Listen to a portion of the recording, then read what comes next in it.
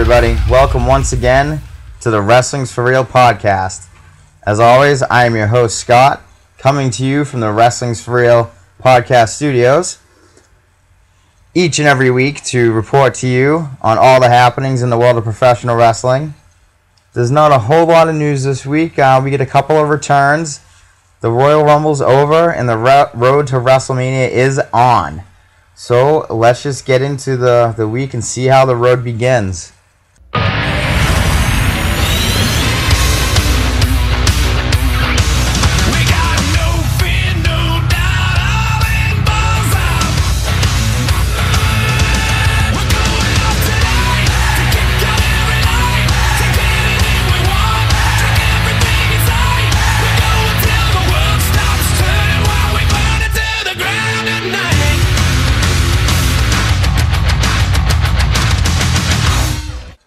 Raw comes to you this week live from Kansas City, Missouri, right on the heels of the Royal Rumble in St. Louis.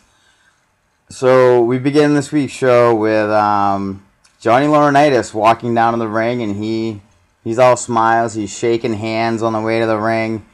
Laurinaitis gets in the ring, and he proceeds to say how he's excited for his job review because, unlike everyone in the audience, he has actually done a good job and feels that he has nothing to worry about because the person doing his evaluation is none other than Superstar and one of his good friends, Triple H. He calls Triple H one of his good friends. It's hilarious. Laurinaitis then goes on to talk about the Elimination Chamber pay-per-view, which he calls the Elimination pay-per-view. And I don't know why Laurinaitis can't talk. It's hilarious. So Laurinaitis goes and he names the guys that are going to be in the Elimination Chamber match for Raw for the WWE title. And it's going to be CM Punk, Kofi Kingston, Dolph Ziggler, The Miz, R-Truth, and Chris Jericho. Ace then begins to also tell everyone what the card for the night's going to be. He runs down the matches, which include a very exciting champion versus champion match with CM Punk versus Daniel Bryan. This is going to be good. I'm very excited at this point for this announcement, and I'm looking for good things for this match. This, in turn, brings out WWE Champion CM Punk, who comes out singing na na na na na na na na, hey hey, goodbye. He's getting the fans in on it. He actually goes around the ring with the mic, puts the mic in the King's face for a verse, puts the mic in front of the trainer, the doc that's at ringside for a little bit, puts the mic in front of Justin Roberts, and they all chime in. It was pretty funny. Punk gets in the ring and starts to tell Laurinaitis how he's confident that he's getting fired and he couldn't be more excited, and he just wants to leave him with a few words. I came out here for one reason and one reason only, just to see your dim-witted face one last time before you get 86'd by Triple H.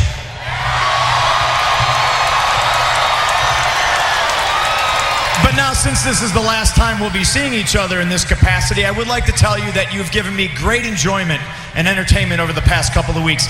The way you have no idea how to speak clearly into a microphone has given me a whole lot of belly laughs. The way you trip and stammer over simple words like you don't have a single grasp on the English language has been fantastic.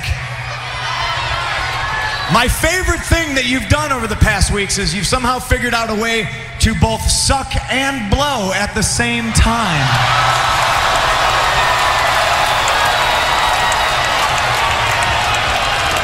Very, very entertaining for all the wrong reasons. Don't get me wrong.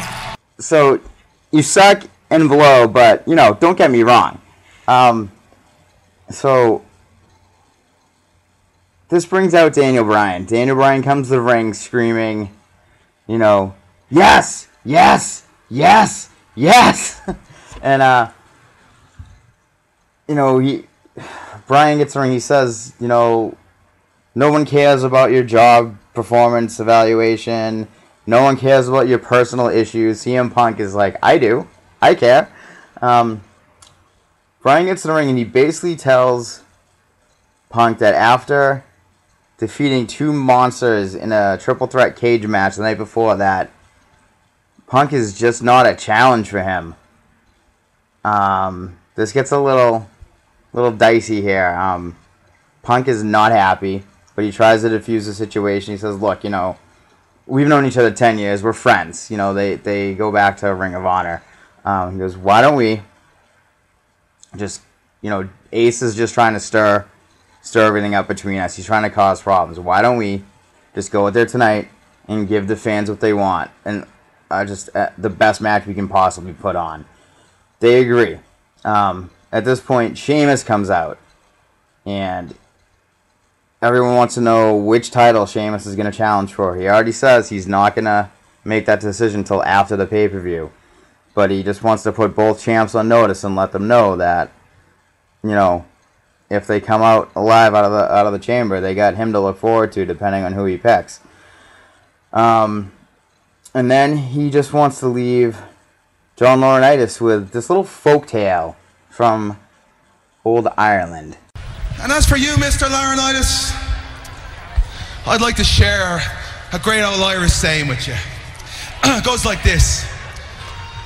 May Triple H kick in the arse so hard you'll be throwing up your lace-covered undies.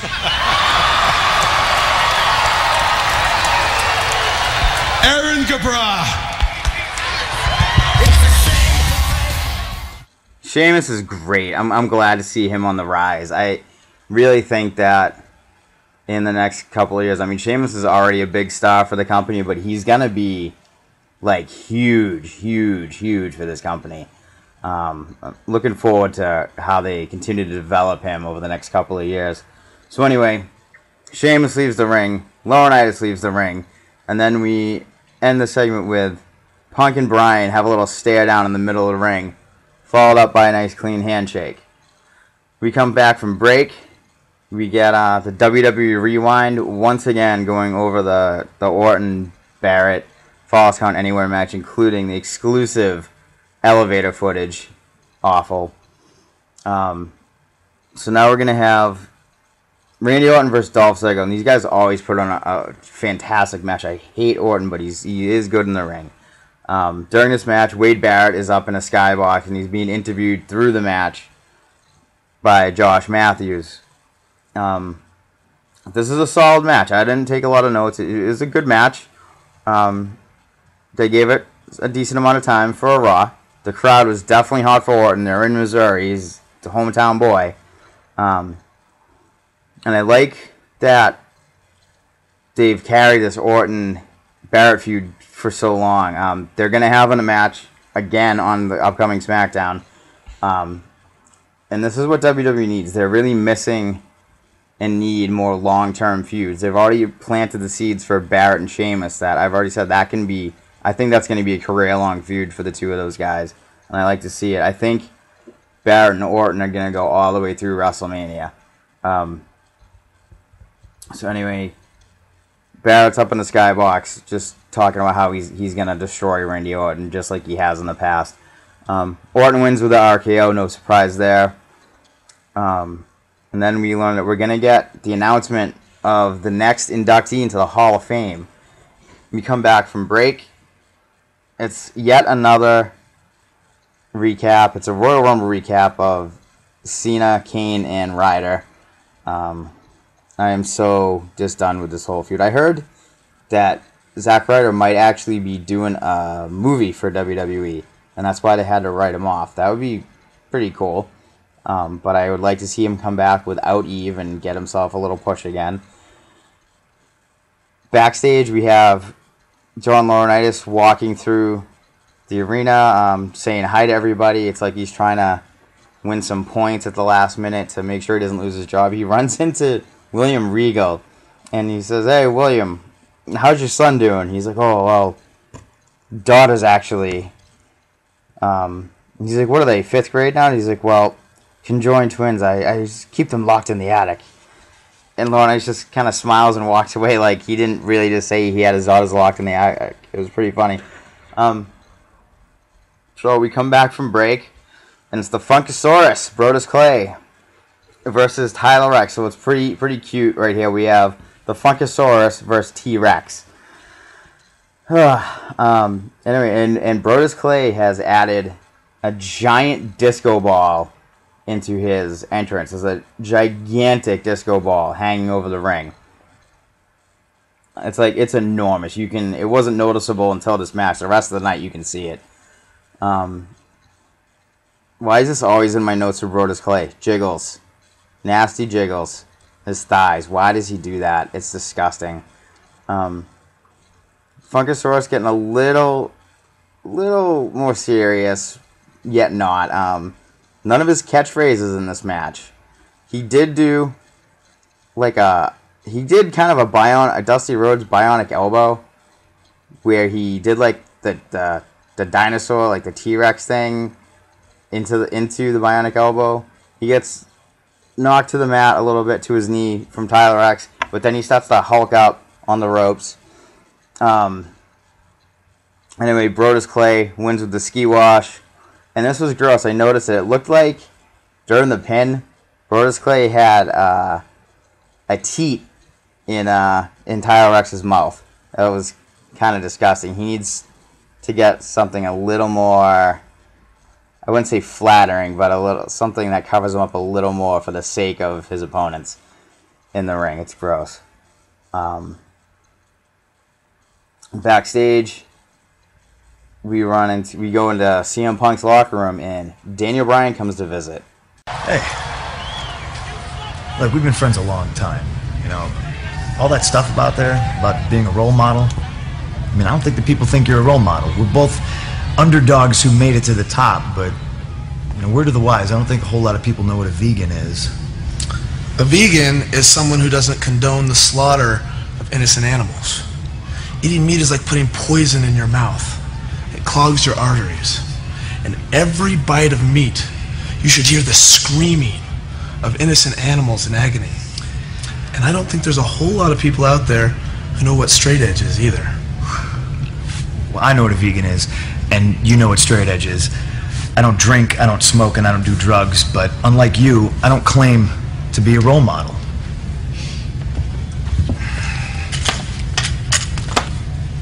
I'm just the best wrestler in the world.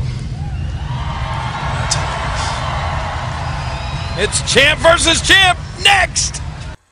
And I think I forgot to mention this before. Daniel Bryan is starting to get a little preachy with his veganism. I don't really agree with working this into his character and using it in storyline fashion. This is reminiscent of when Punk first turned heel, when he took the belt off of Jeff Hardy, and he started preaching about his straight edge ness, I guess you could say, saying that, you know, I'm straight edge, it means I'm better than you. It's like Daniel Bryan's kind of doing that, and it's a little annoying. They're kind of killing it a little bit for me. Just I could do without the preachiness. I don't think his character needs it. So anyway, then we get a commercial for looks like WWE is teaming up with YouTube, and they're coming out with 9 new YouTube shows. And I'm thinking to myself, how in the hell am I going to keep up with this? I try to watch as much of their product as I can, but I don't know if I can do it. I'm I think 12 episodes behind on Zack Ryder's YouTube show. It's so hard to watch everything.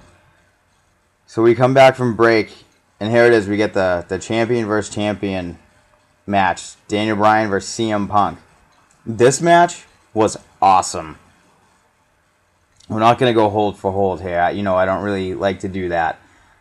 But if you didn't see this match, I highly recommend you go back and find some way to watch it. It's rare on Raw that you find a match this solid and they just let the guys go. It was almost like a pay-per-view quality match. These two guys pretty much just put on a clinic for... they gave it time. They gave it about 17 minutes. This was just a solid match. So at the end of the match, I believe Punk roundhouse kicks Daniel Bryan. He falls through the ropes onto the ring apron on the outside, and Jericho runs out. He grabs Daniel Bryan and throws him to the ground, causing disqualification on CM Punk. He rolls in the ring, grabs CM Punk with a code breaker. Smash. Punk's laid out. Jericho just leaves the ring. So Daniel Bryan ends up winning by DQ. It's kind of too bad this match had to end with a DQ, but, both champs end up protected this way. We can save this one for a later date. The two of these, I'd love to see these two guys go at it in a 60-minute Iron Man match at like a future WrestleMania. I think that would be phenomenal. Doesn't even have to be a WrestleMania, but I think that would just be sick. Plus Jericho we get to set up WrestleMania. Jericho has made his intent known. He's after CM Punk. Right after this match, we find out who the next inductee to the Hall of Fame is going to be. And it's going to be Iron Mike Tyson. And I got to say this. Out of any... I don't normally endorse celebrities being inducted into the Hall of Fame, but if you're going to have one, it would be Tyson. He actually did do something really cool to business. He had that whole thing with Austin on the Raw way back right before WrestleMania in Boston. So, Tyson definitely deserves to be in there. And then we have R-Truth on his way to the ring to do commentary. We come back from break. And it's going to be Kofi Kingston versus The Miz.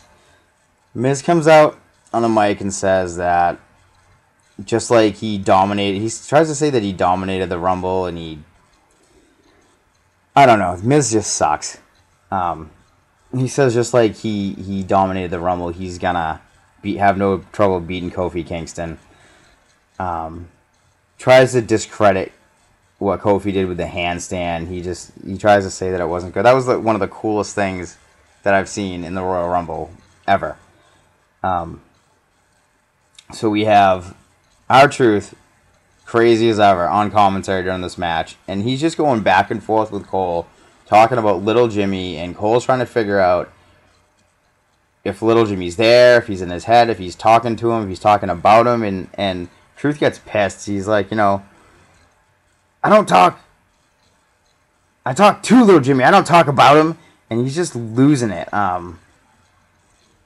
It was funny having Truth on commentary. There's a couple of guys that can pull it off as wrestlers on the announce table, and Truth is one of them. Kofi's got some new trunks. I guess he thinks he's the Riddler. I don't know about that. Anyway, this match finishes up. Kofi with the Trouble in Paradise, and Truth is just smiling because Miz got his. I would like to see a little less of Miz for a while.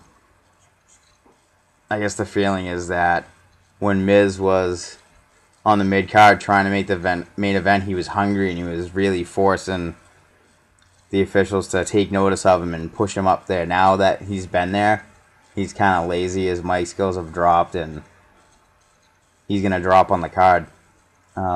We go backstage. Laurinaitis is in his office. David Tonga comes in and says, Laurinaitis asks him, is he here? I guess he's talking about Triple H. And Otunga says, don't worry. I've done all I can to try to influence the decision. And Ace is getting paranoid, thinks Otunga's after his job. He says, don't worry, I'm perfectly happy in my current position. I'm just, I'm looking out for you. We come back from break. It's really good to know that Cena has more Facebook followers than Michelle Obama. Really? I think it might be time to end these little did you know things because they're all the same all the time. It's like, yes, we know that every week from here until the end of eternity, SmackDown will be the #1 rated show on Friday nights on Sci-Fi. Thank you. Following this, we get a Love the Rock package that we saw at the Royal Rumble. And next up is a Divas title match. So we come back from break. We have Beth Phoenix defending the title versus Eve, who looks obviously distracted in the ring. She thinks Kane's coming for her. She might be right. And this is great. The ref, John Cohn. Every time he has to hold the Divas belt up. He looks pissed. He just looks pissed about the belt because the belt is ridiculous. And he looks like emasculated every time he has to raise it up above his head. It's pretty funny. Pretty quick match. Beth wins with 2 moves. Clothesline, glam slam, 1, 2, 3. King says this match is in record time, but it's probably not. I mean, it was about 30 seconds. We've seen some shorter ones. This is the Divas division, after all. So immediately the lights go red. Kane's music comes on. Kane's on the Titantron, says that he will continue to hurt Zack Ryder until Cena embraces the hate. Kane's pyro hits. Kane comes out of the crowd, about to attack Eve. Outruns John Cena for the save. Brawl ensues. Kane and Cena on the floor around the ring. Cena pretty much tries to destroy Kane with the ring steps. He actually puts a dent in the side of the steps the first time he hits him with it. Cena's yelling at Kane, every time you get up, I'm going to knock you down again. He's trying to kill him with the stairs. Then Cena proceeds to rip apart the announce table, calls for a microphone, punches Kane in the face with it, and Cena loses it. He yells on the mic, we're going to have a party up in here. Cena is just losing it. I wish he would just snap and go crazy, but it'll never happen. Cena attempts to AA Kane through the announce table. He's laughing while he's trying to pick him up. He's excited about it. Kane ends up getting out of it and runs through the crowd. And that's the end of that segment. Alright, so we come back from break. And this is going to be John Laurinaitis' big job evaluation. Laurinaitis comes out and proceeds to talk about how, you know, he's not worried. He's done a good job. He says that, you know, Raw ratings are up from a year ago, and he's done his best for the WWE Universe to put out a good product, and proceeds to talk about what is actually involved in the employee evaluation process. Now, in the WWE, during the performance review process, each WWE employee has to go through what's called a self-assessment. What that means is that every employee will grade themselves on a scale from 0 to 5, with 0 being the lowest and 5 being the highest on different areas. Well, I've got to say, I gave myself a lot of 5s. Good. I'll give you some examples. Delivers quality results. I gave myself a 5. Creative, artistic impressions, I gave myself a 5. Communicates effectively, 5. Builds teamwork, 5. There's many things that I've done very well. That's why.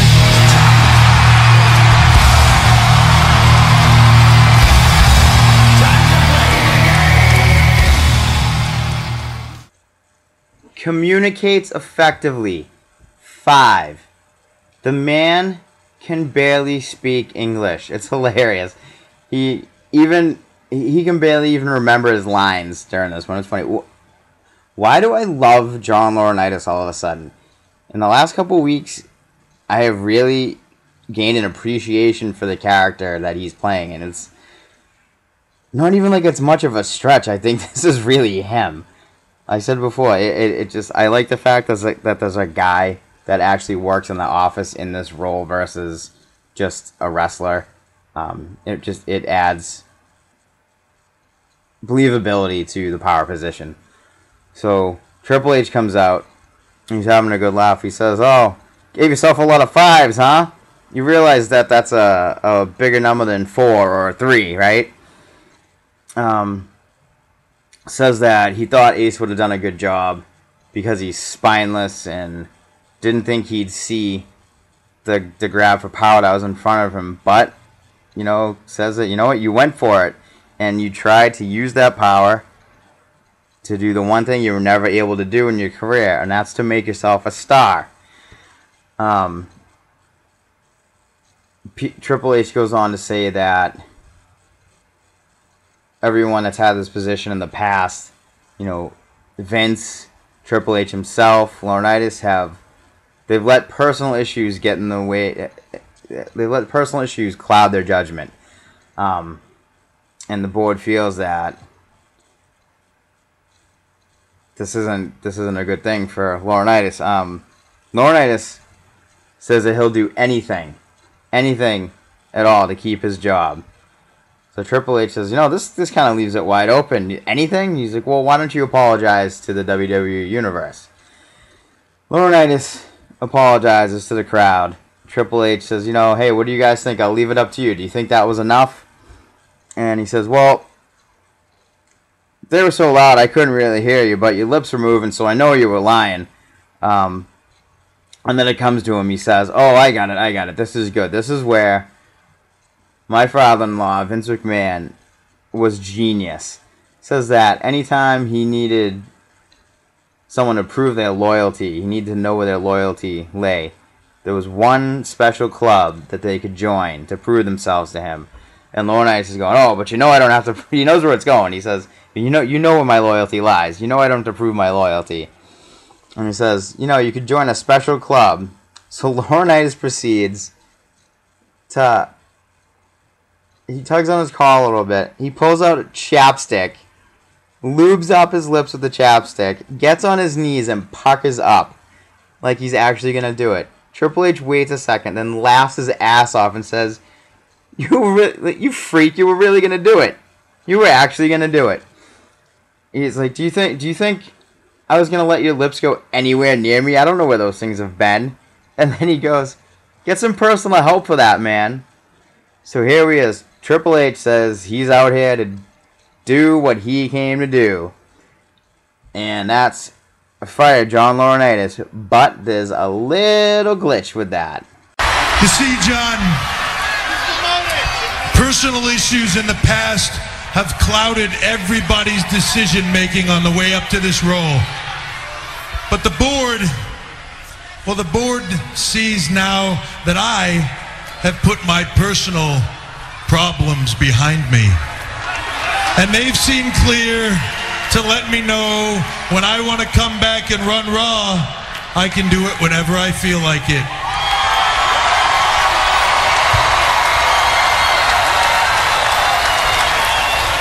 So Johnny, at this time,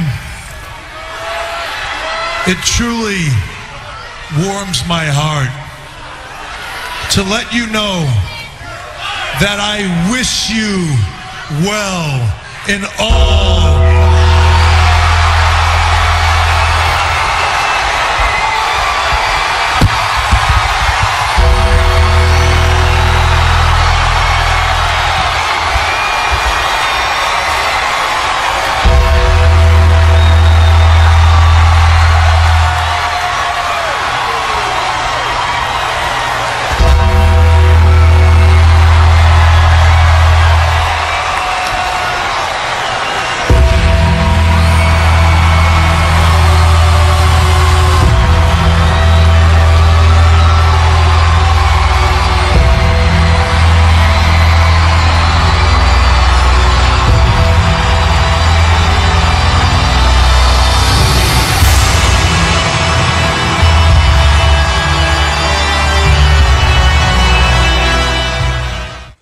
And holy shit, he's back.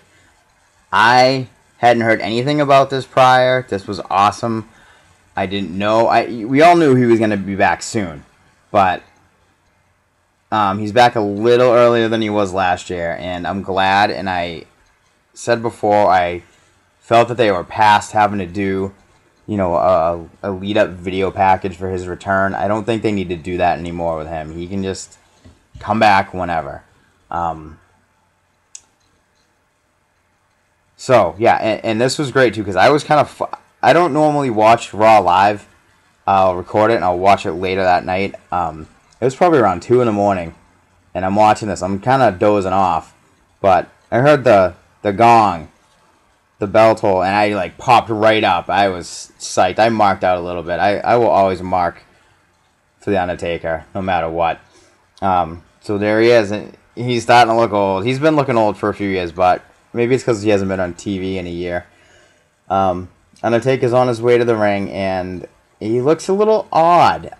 Looking at him, and yes, Undertaker is wearing a wig. There were rumors a few months ago that Undertaker had shaved his head, and there was this picture that surfaced. If you saw it, you know what I'm talking about. You couldn't really be sure if it was him or not. Why he would shave his head, I have no idea. Especially if this is really going to be his last one, why he would do that before his last match, I don't know. So, I mean, he's got this wig on, and it's under his hat, and it's wetted down. But I guess they couldn't get a hold of whoever makes Kane's wig, because it didn't really look too good. Anyway, regardless, Undertaker's back. Triple H just stands in the ring. Laurinaitis is gone.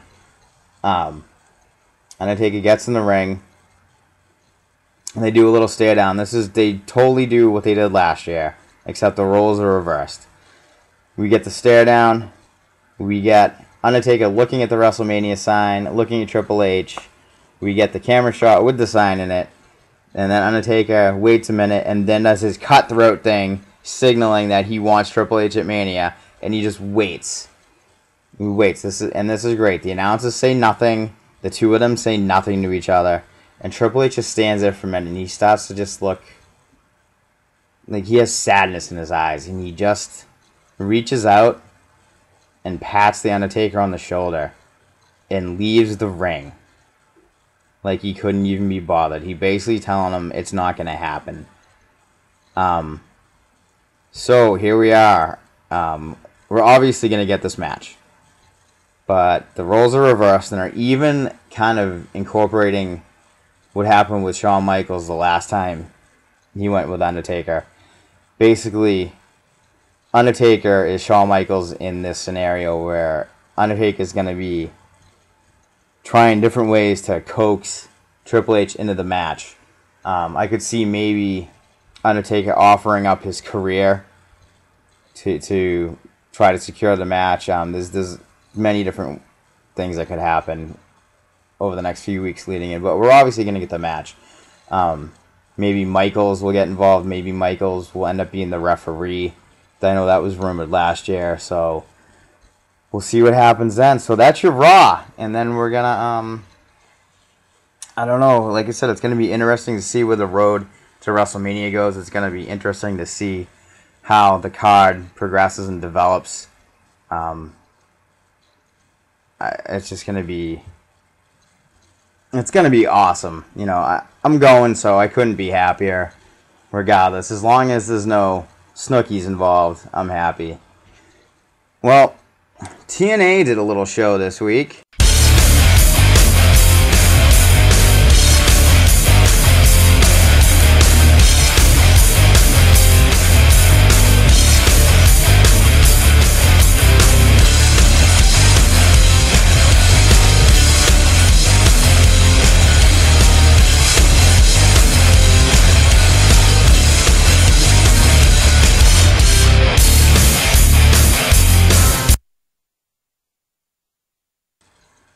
TNA comes to you from the Wembley Arena in London, England.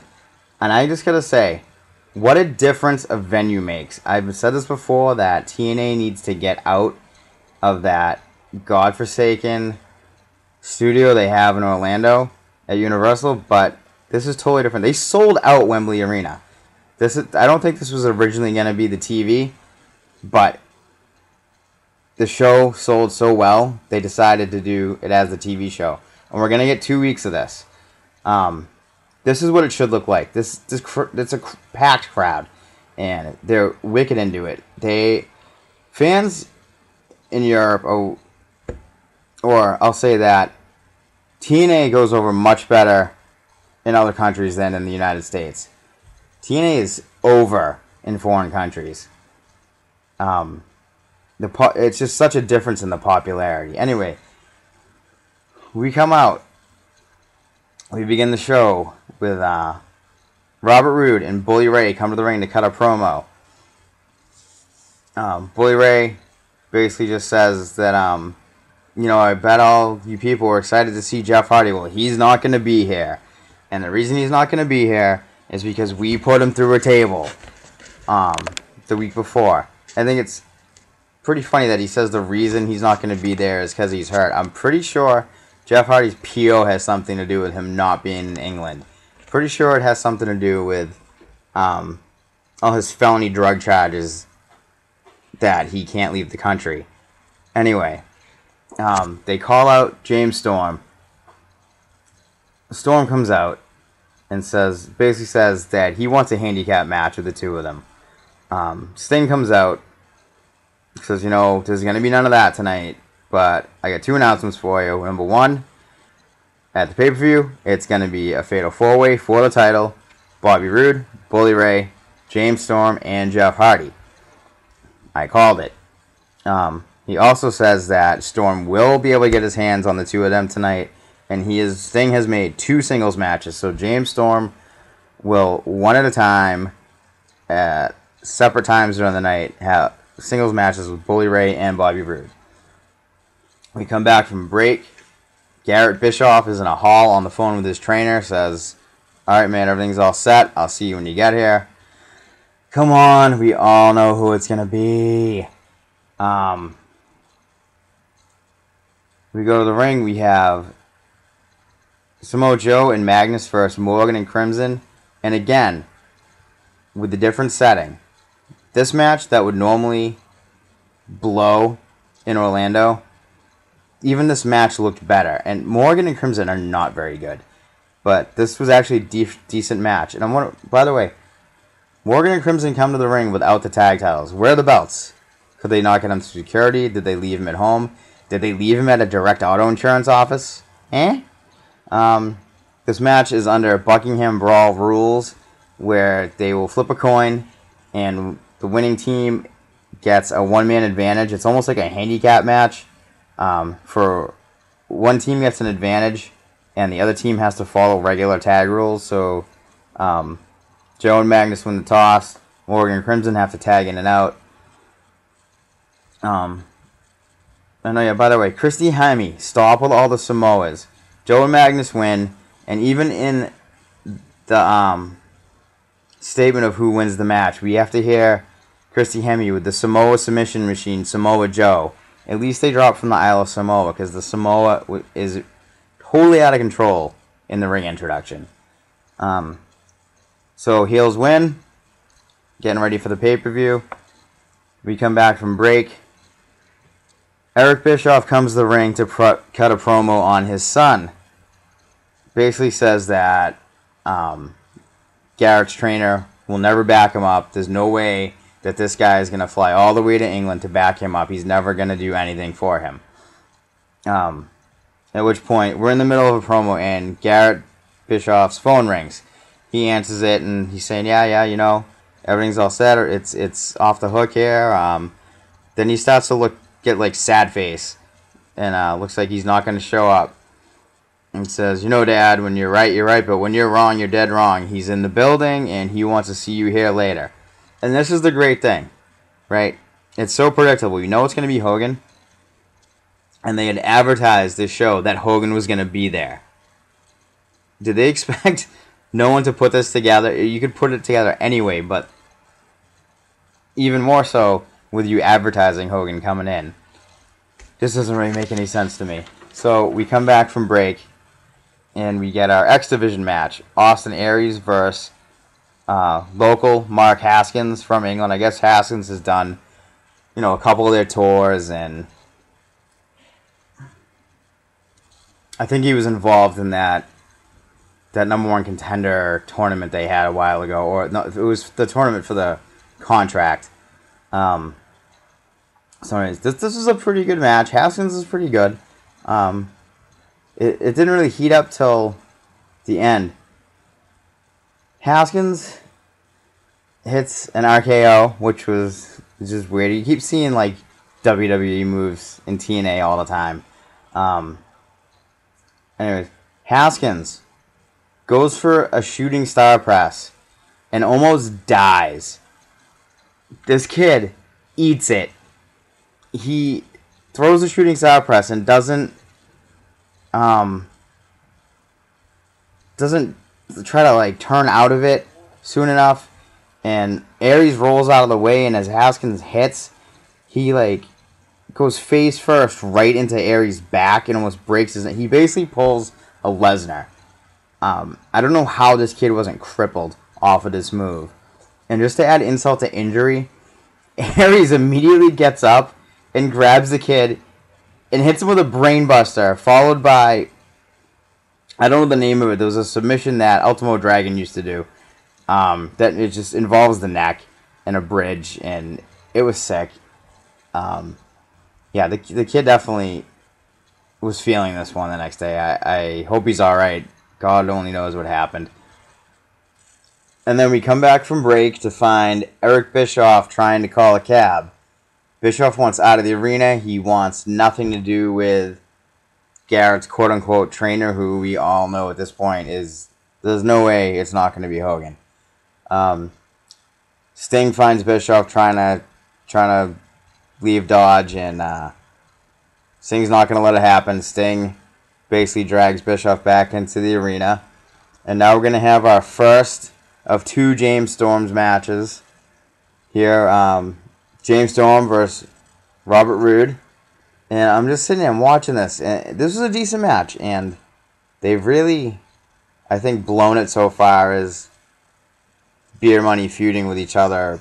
Going back to, you know, Roode taking the title off of Storm the way he did. This is something they could have just let build for a few months and done some really cool things with it. But, you know, what are you going to do? Yeah, why wasn't this a pay-per-view match? It should have been. You have Baby Hebner, the ref, very animated in this match with all kinds of ridiculous hand signals and calls.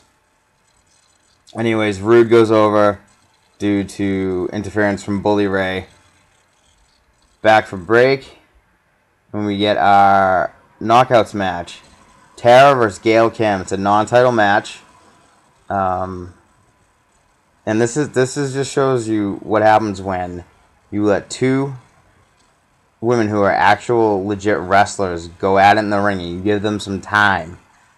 I think this match went at least 10 minutes. I don't remember. But when you just let two actual natural athletes go in it, not this nonsense that WWE puts on with Kelly and her screaming fits in 30-second matches with one of the Bellas. It's just, what a difference. Anyway, Tara wins with the Widow's Peak over Gail Kim in this non-title match leading up to the pay-per-view. We come back from break, and here comes Garrett Bischoff out to reveal who his trainer is. And the fans are going nuts, and not for Garrett Bischoff by any means, because they know that Hogan is going to be coming out. And like I said before, TNA is way more over in other countries than it is in the U.S. And Hogan hasn't been over there, I think, since, 93 or 94. So they definitely want some Hogan. You can even hear a Hogan chant. The fans are going crazy just waiting for it. So anyway, we do reveal Eric Bischoff comes out with Gunner. And so they're in the ring, and Garrett does reveal that, in fact, it is Hogan as his trainer. No surprises here. And Hogan looks terrible. Hogan is, he's looked old for a while, but I don't know if it's because he hasn't been on TV in a while, but he just looks old, man. His extensions aren't really neat, I guess. They're not really in place. He looks like he's lost a little weight, too. He's looking kind of skinny. So yeah, anyway, there it is. Hogan, great. And I read somewhere that Hogan is saying that Garrett is the future of wrestling. And I guess Mickey James tweeted Hogan over it and just said, did my ears hear me correct? Baby Bischoff, the future of the business? She's like, WTF, F my life and everything. So good for her. Anyway, Hogan gets in the ring and immediately punches Gunner in the face. Does this whole Hogan shtick. Is pretty much doesn't make any sense at all. Punches Gunner, gets him out of the ring. Acts like he's going to go for Bischoff. Bischoff bails out. And he's saying to his kid, he's saying, "I'm your father. How could you do this to me? I'm your father." After all the shit he's been putting Garrett through. Anyway, I hope this doesn't last too much past the pay-per-view. We come back from break and we find, mind you, in the previous segment, Hogan doesn't even say a word. Doesn't grab the mic, doesn't talk to the crowd, nothing. We come back and we find, with one of their shaky reality cams, we find Hogan in the back rambling something about TNA's future. It's really not important. And then we get our main event of the evening. James Storm in his second match taking on Bully Ray. Storm's ribs are taped from the first match. Bobby Roode comes out to watch. And this is pretty funny. This is cute because they're in England. Sting comes out to back up James Storm with Roode out there. And Sting doesn't just come out with his black bat. He comes out with a black cricket bat. He's got a cricket bat that's wrapped in black tape. It's pretty funny, and it's, I don't know if topical is the right word, but it fits because they're in England. It's pretty cute. Anyway, this match was okay. James Storm wins with the super kick, and then we're gonna have one more week in London, England. So stay tuned for that one. Which brings us to Smackdown.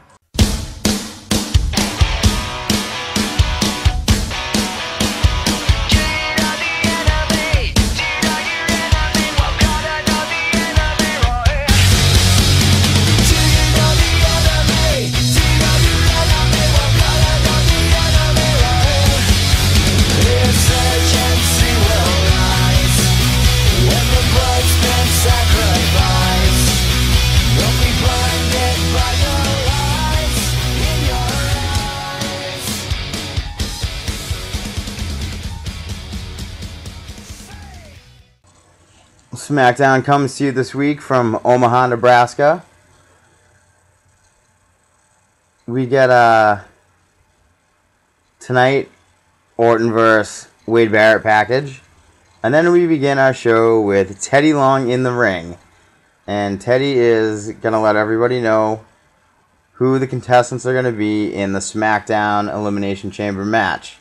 It's going to be for the world title, Daniel Bryan defending against Big Show, Randy Orton, Wade Barrett, Mark Henry, and Cody Rhodes. And this is great. Teddy botches the rules and says that there will be eliminations occur during regular intervals instead of entrance. Contestants enter at regular intervals. Way to go, Teddy. That's like a Johnny Ace-ism. Anyway, Mark Henry is not too happy about being in this match. Teddy, I'm not liking this one bit.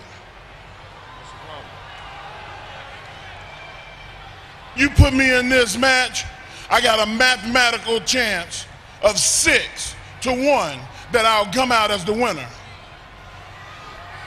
And it's less than that, depending on the number that I draw. I don't deserve this. Well, Mark, considering that you lost a steel cage match at the Royal Rumble pay-per-view, you should be happy I'm even putting you in this match, player. What is that supposed to mean? What is that supposed to mean? I'm supposed to be thanking you now? I'm the most dominant talent on this program. I'm the big fish. I'm your meal ticket. So what I'm gonna need you to do is I'm gonna need you to take me out of this Elimination Chamber match and book me in a match for the World Heavyweight title tonight with Daniel Bryan. I'm your meal ticket, he says, and I hate to admit it, he's almost right. Over the last I guess, 6 months, Henry's been one of the top 2 or 3 guys on SmackDown. Which I still to this day even hate to admit, but he's been really, really good. So anyway, Henry is demanding his title match with Daniel Bryan tonight.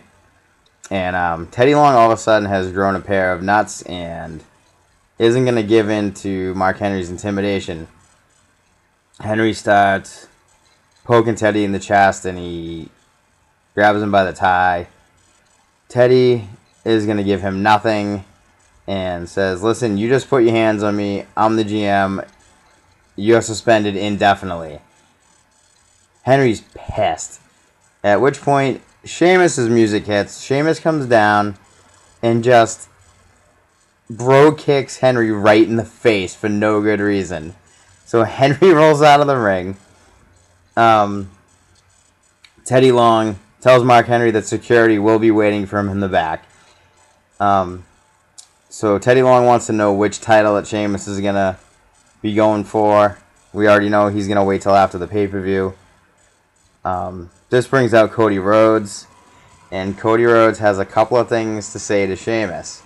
And I'm going to take that momentum, I'm going to carry it into the Elimination Chamber, and I'm going to become the World Heavyweight Champion. I'm going to be the first dual champion in the WWE since the Ultimate Warrior. Striking parallel between the Warrior and yourself, Sheamus, and especially you tonight too, Teddy. Half the time, I can't understand what either of you are saying. It's just hilarious how Cody keeps bringing up the Ultimate Warrior, for Christ's sakes. It's awesome. I wouldn't be the least bit upset if Cody ended up being the dual champion that he's talking about. I don't think it's going to happen, but it would be pretty cool. Cody has said that no one's going to remember that Sheamus won the Royal Rumble because he won't win the title, blah, blah, blah. So Sheamus then just goes over to Teddy, looks at him. Apparently there's some telepathy going on there. And Teddy makes a match for, right now, Sheamus versus Cody Rhodes. So we come back from break, and the match is in progress. Couple of spots in this match. Cody hits a dropkick and a beautiful disaster on the outside. It was pretty cool looking. In the ring, Cody hits a really sweet moonsault to a standing Sheamus. Good to see Cody bust out a moonsault in his repertoire. The kid's really, really coming along. Finish, Cody misses a beautiful disaster. Sheamus misses a brogue kick. Ends up with Sheamus using the real Celtic Cross. Finley's old move. It was kind of ugly. Little botchy, I guess. He got him, but it could have been tied up a little bit nicer. And the announcers don't even call it. These people have screwed themselves by calling the High Cross, or the Razor's Edge, the Celtic Cross. There was already a move called the Celtic Cross. So now, what are they going to do? They're not going to call the move? They completely ignore that the move even happened. Nice job. Thanks for coming out, Cole and Booker T. So tonight, we're going to have Randy Orton versus Wade Barrett in a no DQ match. Alright, we come back from break, and Cody is still at ringside for some reason. He is pissed about losing to Sheamus. So he's just hanging around. Next match is Justin Gabriel versus Hunico.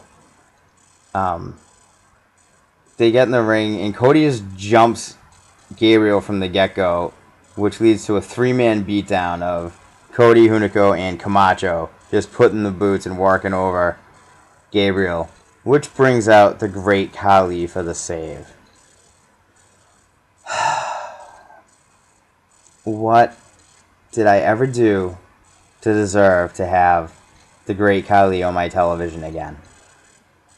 I thought he went back to India. I thought he was gone. But he will darken my television for many more months to come, apparently. More on that later.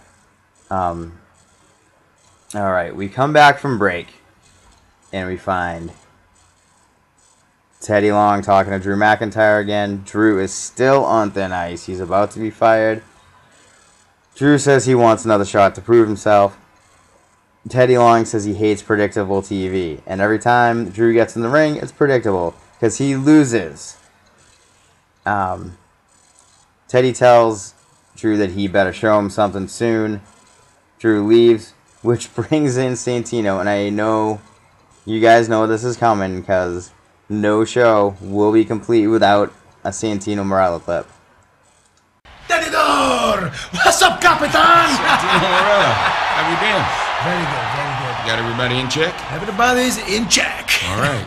Look, last week with Santoshi, I know that did not quite go as it was supposed to. True that. Worry not, for I have found a new tag team partner. Get ready to experience the magic of Santin! Oh! Get it, Santin? USA! USA! USA! Italia! Italia!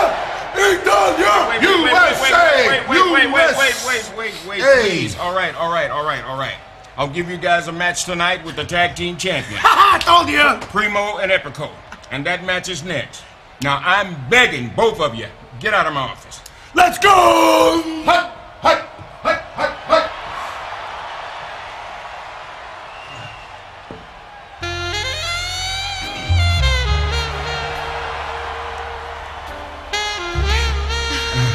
Oksana, how are you? Very good. How are you, Daddy? Well, I just got a little stressed tonight, and other than that, I'm fine. Listen, I was very impressed how you handled Mark Henry. Well, I didn't want to suspend Mark Henry, Oksana, but he left me no choice. Oh my goodness, Daddy, it's a massive piece of wood. Are you okay? Yes. Oksana.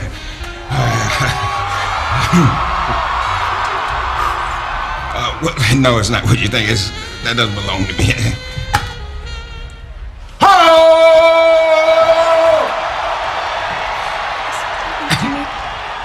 No, not at all. It's not the way it sounds. Okay, so what I didn't tell you was that this was also going to be the continuation of the ongoing gripping saga of the torrid love affair between Teddy Long and Oksana. Now, the massive piece of wood she's talking about wasn't in Teddy's pants, but it was Hacksaw Jim Duggan's 2x4 that he had left on the ground. And then I love it. He yells out his classic trademark "ho," and she goes, "Was he talking to me?" Good stuff. I wonder when they're gonna cut their losses and end this whole thing with Oksana and Teddy Long. When's he gonna have the heart attack already? We come back from break and we get Santino and Duggan versus Primo and Epico match, and it's great. There's a USA chant from the crowd, which I know is just a tribute to Duggan, but you get Duggan, he's American. Santino is from Italy. Epico and Primo are from Puerto Rico, which is pretty much a state in the U.S. It's pretty much part of this country. So, leave it to wrestling fans. This match is what you could expect from Santino and Duggan. Duggan, I guess he's in good shape for an old guy, but dude needs a shirt. Duggan needs to put his man titties away. Anyway, Rosa Mendez with the distraction. Primo with the backstabber on Santino for the win. And then we learn next up, Michael Cole is going to interview Daniel Bryan in the ring. So Daniel Bryan comes down to the ring doing his classic yes, yes, yes, yes thing, pointing to the title.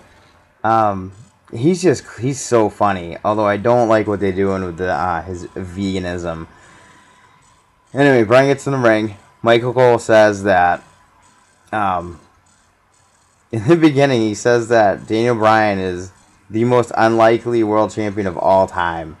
He tells Bryan that he thought that he would never make it in the WWE, let alone get to where he is today, and says that he can that he's wrong and admit that he was wrong about Bryan. Cole goes for the handshake. Bryan leans in like he's going to take it and just grabs the mic from him. Bryan goes on to get preachy with the crowd, tells people he's a role model. He tells the people, be like me, be a vegan, and continues with this whiny, preachy rip-off of CM Punk's Straight Edge Society gimmick, where he's telling the crowd to not put poison in their body. And at this point, Big Show comes out, gets in the ring. Show tells Daniel Bryan that he's a pompous, arrogant ass. Says that he's pretty much going to lose the title to Big Show in the Elimination Chamber. Bryan says he will not lose the title to Show, that Show is a loser. At which point, Bryan starts slapping Big Show in the face.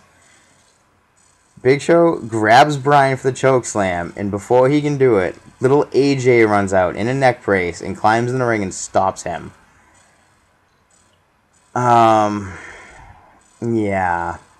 There's another love interest angle that I could do without. There's a little back and forth of arguing between the three of them. Big Show winds up for the weapon of mass destruction. AJ grabs his hand and stops him. Bryan rolls out of the ring. AJ gets out of the ring. AJ hugs Bryan. Bryan tells her that he'll keep her safe. Aww. Lame. So, this probably isn't going to end anytime soon. Then we go out back, and I become sad because they're not going to let this go. Beth Phoenix and Natalya are in a corridor in the back, warming up for their match. They're doing squat thrusts, and this happens. Beth, I am so excited that we're teaming tonight. I feel it in my gut. I think we're gonna win. I know I'm gonna win this one. What was that? I said we're gonna win.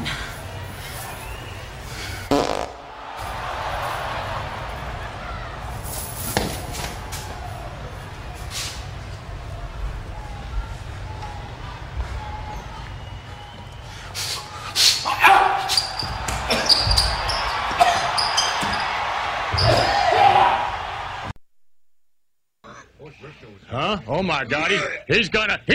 He's gonna puke! He's gonna puke! So Natalya farts again and runs off in embarrassment. Beth can't stand the stink and runs off. Santino comes down. You get a little extra Santino in this one, who walks right into the fight again and begins to choke on it. It's great. But not great, because it just needs to stop. And then we get the horrifying news that, due to Mark Henry being suspended, Great Khali will replace him in the Elimination Chamber. And WWE just sold 5,000 less pay-per-views or more. Why Great Khali? You guys couldn't fit anyone else into this match. Come on. We come back from break. We get another 72-minute John Cena love package. We go out back. Matt Stryker is going to interview Randy Orton. Stryker asks Orton if his approach to Wade Barrett tonight will be conservative. And the only other note, I zone out, and the only other note I have is that Orton's beard is back because it's the most interesting part of the segment. Randy Orton's gimmick is god-awful. He's excellent in the ring, but I just can't get around his character. It's terrible. Do you know that this son of a bitch was quoted in an interview recently saying that he'll win the world title 15 more times in his career? What an ass. Anyway, we come back from break, and it's our big main event. It is Randy Orton versus Wade Barrett, no DQ. And they insist on continuing to show the exclusive Falls Count Anywhere footage from the elevator. That is one of the worst things they've ever done. Right at the beginning of the match, Daniel Bryan and AJ go to Teddy's office. Bryan says that AJ's scared of Big Show. Teddy says, well, why don't you guys watch the main event with me and we'll discuss this. So they hang out in the office and watch the match. During the match, there's heavy use of the stairs as a weapon by Randy Orton. At one point, Orton gets a table in the ring, sets it up. We come back from a commercial. This match actually got some time. They let this go for a while. We have a fight between the two up on the turnbuckle. Barrett pushes Orton off through the table. The fight ends up going into the crowd at one point. Barrett goes for a wasteland on a chair. Orton uses a chair wedged in the corner and throws Wade Barrett's head through it. Orton goes for an RKO. It's blocked with a sidewalk slam, which is called What a Side Slam. Get it together, guys. Learn the move, please. Barrett goes for a pump handle slam, which Orton counters into an RKO. RKO hits on a steel chair for the win. Screw Randy Orton. I'm done. We go back to Teddy Long's office, and Teddy tells Daniel Bryan that, you know, he won't have to worry about Henry or Big Show or anything like that next week. He says that next week he's going to be facing Randy Orton. And Daniel Bryan says, all right, you know, I'm not afraid of giants, and I'm not afraid of snakes. AJ, watch this.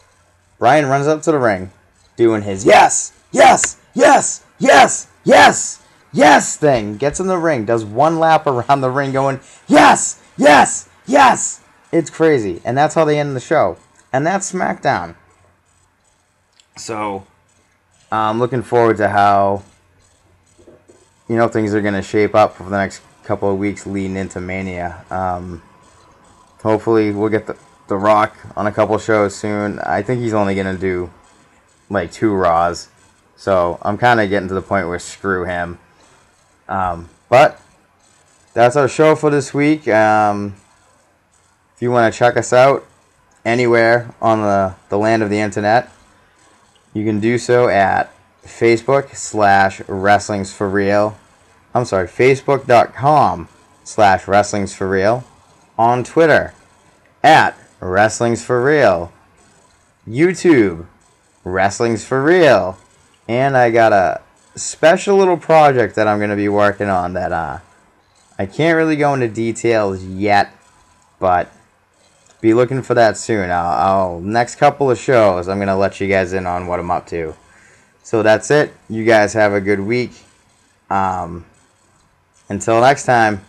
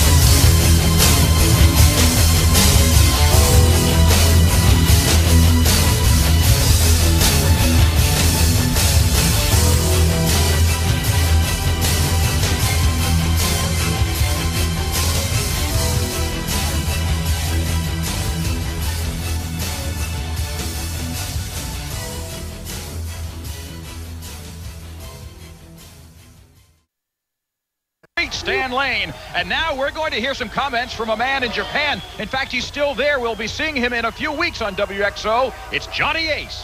Johnny Ace, the man in Japan. I'm in Tokyo right now, and all I ever hear about is this WXO. What does the X stand for?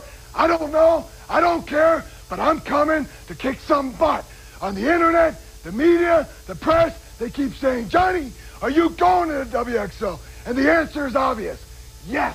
If you don't got it, get it. If you don't get it, figure it out. Well, Stan, I'll be honest with you, I have no idea what that means. Some